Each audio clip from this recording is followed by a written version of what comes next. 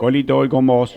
Bueno, está hablando la fiscal de Río Ayala sobre el juicio a Alejandra Ironici. Escuchamos. No solo es algo complejo, novedoso, implica un cambio de paradigma, sobre todo en las interpretaciones tradicionales de los tipos penales, sobre todo el inciso 4 del artículo 80 del Código Penal, sino también en términos probatorios. No es algo sencillo, con lo cual, bueno, estamos más que conformes. Fue algo que se habían planteado en el momento cero, fiscal, esto del transfemicidio, de poder probarlo y que justamente también el tribunal lo entienda así, ¿no? Sí, nosotros desde el minuto cero en que, bueno, ocurrió el hecho, supimos quién era y cómo había sido más o menos el contexto en que se había producido. Fue lo que sostuvimos, la principal línea de investigación, la principal hipótesis, por eso siempre también hablamos en primer término de transfemicidio, también calificado, porque lo cierto es que este crimen tiene otras calificantes, pero siempre la primera hipótesis fue el transfemicidio. Igualmente lo más difícil de comprobar fue el abuso sexual que él había negado, el acusado, y ustedes con la investigación y con pruebas tuvieron que justamente poder comprobar eso.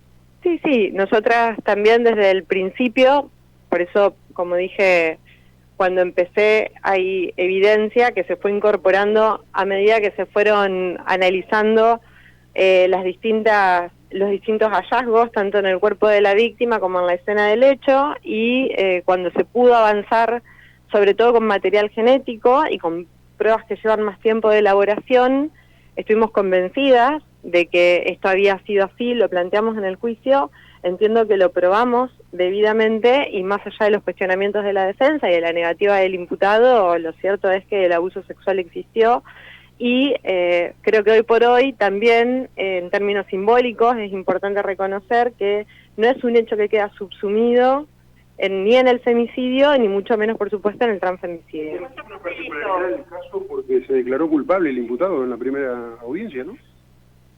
Sí, él en la primera audiencia reconoció haberla asesinado, no dio mucha información, por eso creo que es importante que a mí mucha gente me preguntó qué pasaba si el juicio se terminaba. Lo cierto es que el hecho de que yo me declare culpable de un hecho no significa que la Fiscalía no tenga la obligación de probar en otro nivel para que yo pueda tener una condena, pero además hay otro dato que se soslayó y es que él dijo la maté, con lo cual mi obligación también es explicarle al tribunal cómo la mató, qué había en el cuerpo de la víctima, cómo sucedió el hecho. Hay circunstancias de tiempo, modo y lugar que en el reconocimiento del imputado no estaban cubiertas y bueno, además de la carga probatoria que implica poder condenar con certeza a una persona. ¿Es una responsabilidad del Estado al no haberle dado protección por ser una activista social? Bueno, qué pregunta. Yo creo que ni el tribunal se animó a resolver la petición de las querellas. Yo no soy quien para decir si el Estado es o no responsable, creo que eso corresponde a las instancias máximas.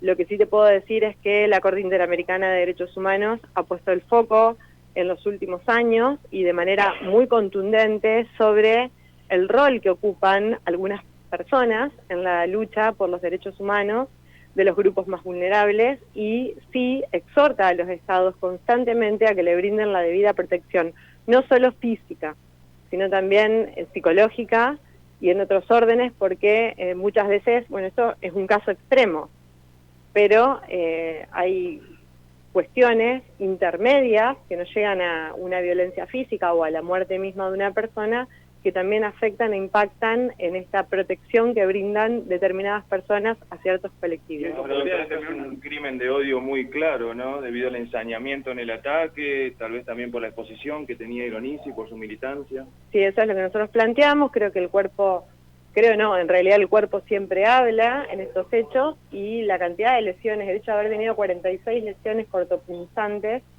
que además hay otro dato, dos datos más, que fue también lo que planteamos en la clausura. En primer lugar, dónde se concentraron estas lesiones, que son características de el sexo y de la asignación de un sexo y de el género al sexo.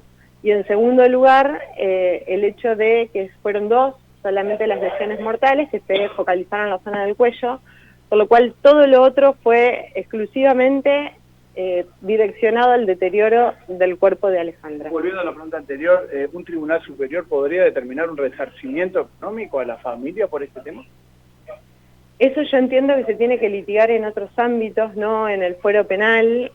Ya al momento en que se discutió la posibilidad de hacer un abreviado se había hablado incluso con la querella, pero cuando yo me refiero a otros tribunales me refiero a tribunales internacionales que son los que generalmente atribuyen responsabilidad por este tipo de circunstancias a los distintos estados.